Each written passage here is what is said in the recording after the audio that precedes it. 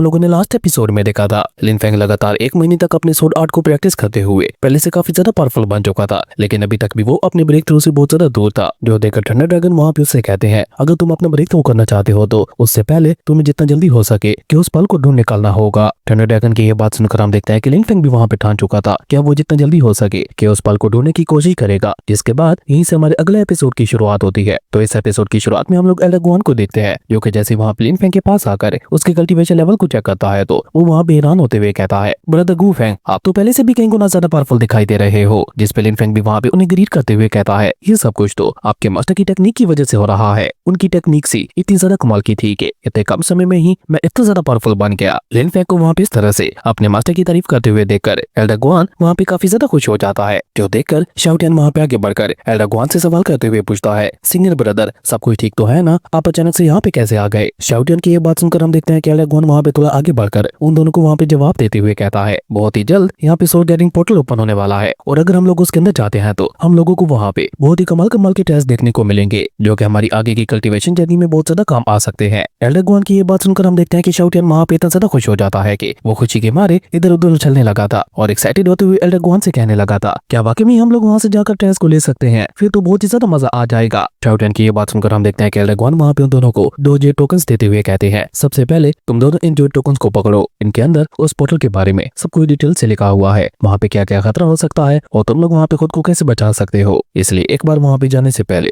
इसे अच्छी तरह से पढ़ लेना। एल्डर गुआन की ये बात सुनकर हम देखते हैं कि वो दोनों ही वहाँ पे जेड टोकन को लेते हुए एल्डर गुआन का शुक्रिया अदा करते हैं। और शाओ टियान तो वहाँ पे एल्डर गुआन की कुछ ज्यादा चापलूसी करने लगा था, जो देखकर एल्डर गुआन वहाँ पे सीरियस होते हुए उससे कहता है कि वो सब तो ठीक है, लेकिन एक बात का ध्यान रखना, वहाँ पे और भी काफी सारे पावरफुल कल्टीवेटर्स आने वाले हैं, जो कि हो सकता है तुम लोगों को अपने रास्ते से हटाने की कोशिश भी करें, इसलिए तुम लोग वहाँ पे सावधान रहना। एल्डर गुआन की ये बात सुनकर हम देखते हैं कि शाओ टियान वहाँ पे फ्लेक्स करते हुए कहता है, अरे आप चिंता मत कीजिए, मेरे होते हुए मेरा या मेरे मास्टर का कोई कुछ भी नहीं बिगाड़ पाएगा, और अगर कोई गलती से वहाँ पे पावरफुल बंदा आ भी जाता है तो उसे मेरे मास्टर संभाल लेंगे। शायद आपको पता नहीं है कि मेरे मास्टर कितने ज्यादा पावरफुल है, वो अपने एक ही अटैक के साथ पावर से पावरफुल कल्टीवेटर्स को भी मौत के घाट उतार सकते हैं, इसलिए मेरे मास्टर के चलते हम लोगों को घबराने की कोई भी जरूरत नहीं है। शाओ टियान की ये सारी बातें सुनकर हम देखते हैं कि एल्डर गुआन वहाँ पे मुस्कुराते हुए कहता है, अगर ऐसी बात है तो फिर तो हमारी बहुत ज्यादा हेल्प हो जाएगी। खैर उसके बाद सीन चेंज होता है और हम लोगों को उसी सोल गैदरिंग पोर्टल वाली जगह का सीन दिखाया जाता है, जहाँ पे लिन फेंग के साथ साथ और भी काफी सारे कल्टीवेटर्स इकट्ठा होने लगे थे, जिन्हें अभी लिन फेंग वहाँ पे देख ही रहा था कि तभी उसकी दोनों बेटियां भी वहाँ पे पहुंच जाती है, जो कि दूर से अपने पिता को देखकर चिल्लाते हुए कहती है, अंकल गू फेंग इधर देखिए, हम यहाँ पे हैं। और उसके बाद वो दोनों वहाँ पे बिना कुछ सोचे समझे बहुत ही तेजी के साथ आगे बढ़ते हुए अपने अंकल गू फेंग के पास पहुंच जाती है। तो लिन आयु वहाँ पे गू फेंग को देखकर उसे थोड़ा डांटते हुए कहती है, अरे अंकल गू फेंग, आप बार बार अपना स्कार्फ क्यों उतार देते हैं? और ये कहकर वो वहाँ पे अपने पास एक बार फिर से उस स्कार्फ को बाहर निकाल कर अपने अंकल गू फेंग को पहना देती है, और साथ ही साथ एक तरह से वहाँ पे लिन फेंग को ऑर्डर देते हुए कहती है, अब इसे पहन के रखिएगा, समझे ना? लिन आयु की ये बात सुनकर हम देखते हैं कि लिन जाओजू भी वहाँ पे उसकी हाँ में हाँ मिलाते हुए कहती है, हाँ छोटी, तुम बिल्कुल ठीक कह रही हो।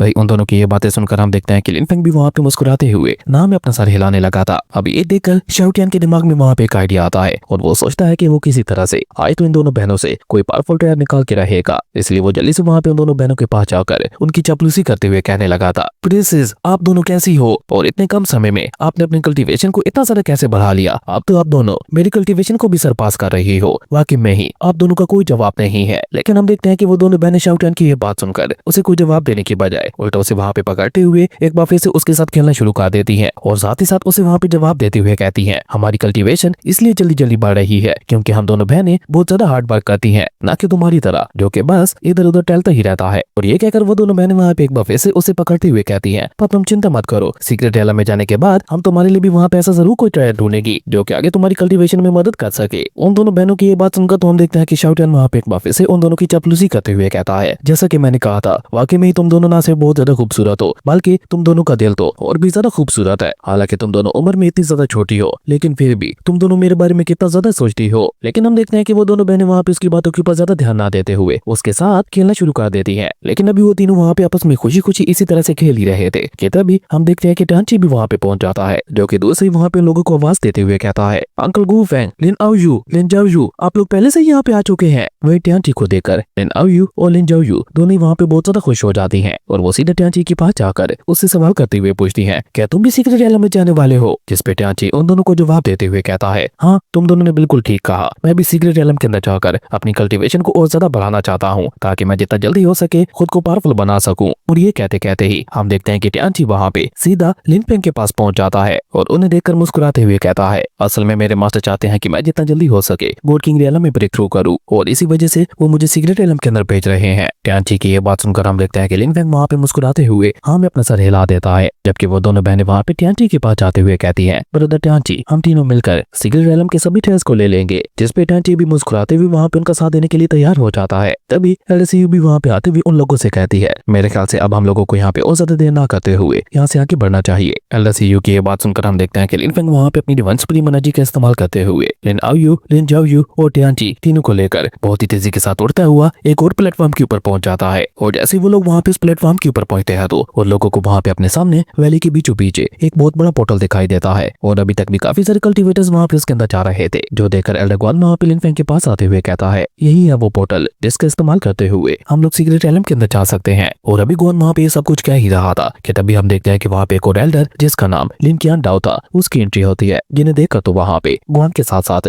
बाकी सभी लोग भी उन्हें वहाँ पे ग्रीट करते हैं। जबकि एल्डर लिन क्वान वहाँ पे लिन फेंग को बहुत ही गौर से देखते हुए कहते हैं, ओह तो ग्वान ये है तुम लोगों का नया डिसेबल, वाकई में तुम लोगों की चॉइस बहुत ज्यादा अच्छी है और मानना पड़ेगा ये लड़का इतनी यंग एज में ही इतना ज्यादा पावरफुल बन चुका है, यानी कि इसका फ्यूचर बहुत ज्यादा ब्राइट होने वाला है। एल्डर लिन क्वान की ये बात सुनकर हम देखते हैं कि लिन फेंग भी उन्हें वहाँ पे ग्रीट करते हुए उसके शुक्रिया अदा करते हैं। और हम देखते हैं कि एल्डर लिन क्वान वहाँ पे सभी को सुधान करते हुए कहता है कि अब की बार डीमन क्लैन ने सीक्रेट रियलम के अंदर अपने काफी सारे पावरफुल कल्टीवेटर्स को भेजा है, यानी कि उनके इरादे बिल्कुल भी नेक नहीं हो सकते, इसलिए तुम सभी लोग वहाँ पे संभल के रहना। एल्डर लिन क्वान की ये बात सुनकर हम देखते हैं कि लिन फेंग को छोड़कर बाकी सभी लोग वहाँ पे थोड़ा परेशान हो जाते हैं, जबकि लिन फेंग वहाँ पे टेलीपैथी के जरिए शाओटियान से कहता है, हम लोगों को भी वहाँ पे थोड़ा संभल के रहना होगा क्योंकि डीमन क्लैन के साथ हमारी पुरानी दुश्मनी है। अपने मास्टर की ये बात सुनकर हम देखते हैं कि शाओटियान भी वहाँ पे टेलीपैथी के जरिए जवाब देते हुए कहता है, मास्टर आप चिंता मत करो, मैं वहाँ पे आपकी रक्षा करूंगा। लेकिन इस सब के चलते हम देखते हैं कि ग्वान वहाँ पे इतना ज्यादा परेशान हो जाता है, वो वहाँ पे लिन फेंग को एक टोकन दे देता है। जबकि इस दौरान हम लोगों को वहाँ पे ये भी जानने को मिलता है कि उस पोर्टल के बाहर एक सील फॉर्मेशन लगाई गई थी, जिसके चलते गॉड किंग रियलम से ऊपर का कोई भी कल्टीवेटर उस पोर्टल के अंदर नहीं जा सकता था। और जैसे ये बात शाओटियान को पता चलती है तो वो वहाँ पे एक्साइटेड होते हुए कहता है, अगर हमारा मुकाबला वहाँ पे बस गॉड कल्टीवेटर्स के साथ ही होने वाला है तो फिर तो वहाँ पे काफी ज्यादा मजा आएगा और हमारा तो कोई कुछ भी नहीं बिगाड़ पाएगा। जबकि ग्वान वहाँ पे आगे बढ़कर लिन फेंग से कहता है, अगर सीक्रेट रियलम के ऊपर तुम्हारे ऊपर कोई खतरा आता है तो इस टोकन के इस्तेमाल करते हुए तुम तुरंत ही वहाँ से बाहर आ सकते हो। और ये कहकर वो वहाँ पे अपनी पावर का इस्तेमाल करते हुए लिन फेंग के चारों तरफ एक प्रोटेक्टिव बैरियर भी बना देता है। जबकि लिन फेंग अचानक से वहाँ पे सीरियस होते हुए अपने दोनों बेटियों और टियानची से कहता है, सीक्रेट रियलम में जाने के बाद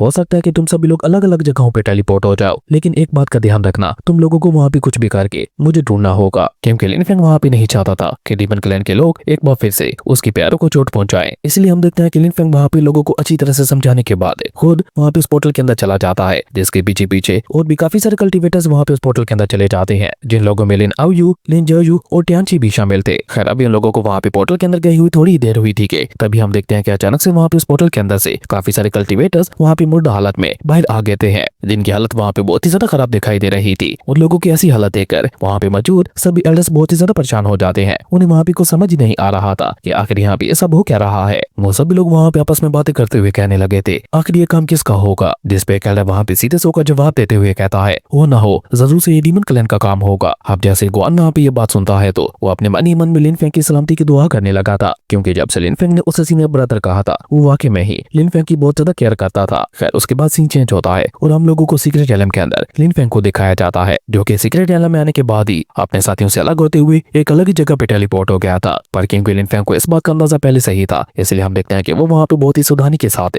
धीरे धीरे आगे बढ़ने लगा था। कि तभी इस दौरान हम देखते हैं कि वहाँ पे एक बहुत ही ज्यादा खतरनाक डिमोनिक बीस्ट लिन फेंग के पीछे से आते हुए उसके ऊपर अटैक करने की कोशिश करता है, लेकिन वो खतरनाक डिमोनिक बीस्ट वहाँ पे लिन फेंग के ऊपर अटैक कर पाता। उससे पहले हम देखते हैं कि लिन फेंग वहाँ पे अपनी सोर्ड स्लैश टेक्निक का इस्तेमाल करके उस डिमोनिक बीस्ट के ऊपर अटैक करते हुए उसका किल वहीं पे खत्म कर देता है। और इस समय हम देखते हैं कि बेचारे शाओटियान उस डिमोनिक बीस्ट के नीचे दब जाता है। और जब लिन फेंग को वहाँ पे शाओटियान कहीं भी दिखाई नहीं देता तो लिन फेंग वहाँ पे शाओटियान को आवाज देते हुए कहता है, शाओटियान कहाँ चले गए तुम। जिसपे हम देखते हैं कि शाओटियान अपना पूरा दम लगाकर उस बीस्ट की बॉडी से बाहर निकलते हुए कहता है, माफ करना बॉस, मैं नीचे दब गया था। और इस दौरान हम देखते हैं कि वहाँ पे शाओटियान की बॉडी से बहुत ही ज्यादा गंदी बदबू आ रही थी। और जैसे शाओटियान को वहाँ पे इस बदबू का एहसास होता है तो वो वहाँ पे इधर उधर देखते हुए कहता है, आखिर ये इतनी ज्यादा गंदी बदबू आ कहाँ से रही है। और ये कहकर जैसे वो वहाँ पे लिन फेंग के पास जाने की कोशिश करता है तो लिन फेंग उसे वहाँ पे खुद से दूर करते हुए कहता है, अब एक गधे कहीं के ये बदबू कहीं और से नहीं बल्कि तुम्हारी बॉडी से आ रही है। और ये कहकर हम देखते हैं कि लिन फेंग अचानक से वहाँ पे सीरियस होते हुए कहता है, न जाने बाकी सब लोग कहाँ पे टेलीपोर्ट हुए होंगे, ये जगह तो जितना ज्यादा मैंने सोचा था उससे कहीं गुना ज्यादा खतरनाक लग रही है। ये डिमोनिक बीस्ट है, इसने अचानक से मेरे ऊपर हमला कर दिया था। मुझे जितना जल्दी हो सके लिन आयु और लिन जाओयू और टियांची उन तीनों को ढूंढ निकालना होगा, पर मैं उम्मीद करता हूँ कि वो सभी लोग अब तक बिल्कुल सही सलामत होंगे। लिन फेंग की ये बात सुनकर हम देखते हैं कि शाओटियान वहाँ पे एक बार फिर से आगे बढ़कर लिन फेंग को तसल्ली देते हुए कहता है, मास्टर मेरे ख्याल से तो आपको उन लोगों की ज्यादा चिंता नहीं करनी चाहिए, क्योंकि आपने देखा नहीं है कि वो दोनों लड़कियां कितनी ज्यादा पावरफुल हैं और ऊपर से उनके पास लातादाद गोल्ड लेवल के ट्रेस मौजूद है, जिनके इस्तेमाल करते हुए वो ऐसे खतरनाक डेमोनिक बीस्ट को तो बहुत ही आसानी के साथ खत्म कर सकती हैं। और वो लड़का टियांची भी कम ताकतवर नहीं है, जिसके चलते मुझे नहीं लगता कि सीक्रेट एलम के अंदर कोई उनका कुछ भी बिगाड़ पाएगा। लेकिन अभी वो दोनों वहाँ पे इसी तरह से आपस में बातें कर ही रहे थे कि तभी हम देखते हैं कि टियांची वहाँ पे अंकल गू फेंग का नाम चलाते हुए सीधा लिन फेंग के पास पहुंच जाता है और आते साथ ही वहाँ पे खुश होते हुए कहता है, अंकल गू फेंग मैंने आपको ढूंढ निकाला, पर न जाने लिन आयु और लिन जाओयू कहाँ चली गई हैं। मैंने इस पूरे एरिया को छान मारा, वो दोनों मुझे कहीं पे भी नहीं मिली। टियांची की ये बात सुनकर हम देखते हैं कि लिन फेंग वहाँ पे थोड़ा सीरियस होते हुए कहता है, अगर ऐसी बात है तो हमें यहाँ से दूसरी जगह पे जाकर जितना जल्दी हो सके उन दोनों को भी ढूंढना होगा। लेकिन तभी हम देखते हैं कि थंडर ड्रैगन वहाँ पे लिन फेंग को समझाते हुए कहते हैं, तुम उन दोनों की ज्यादा चिंता मत करो, वैसे भी उन दोनों के ऊपर एक सोल फॉर्मेशन लगाई गई है, अगर उन दोनों को यहाँ पे कुछ भी होता है तो वो दोनों टेलीपोर्ट होते हुए यहाँ से बाहर चली जाएंगी। इसलिए मेरे ख्याल से तो तुम यहाँ पे जिस मकसद से आए थे तुम्हें पहले वो पूरा करना चाहिए। थंडर ड्रैगन की ये बात सुनकर हम देखते हैं कि लिन फेंग भी वहाँ पे उसके साथ एग्री करता है और उसके बाद वो वहाँ पे टियांची से कहता है, चलो हम लोगों को जितना जल्दी हो सके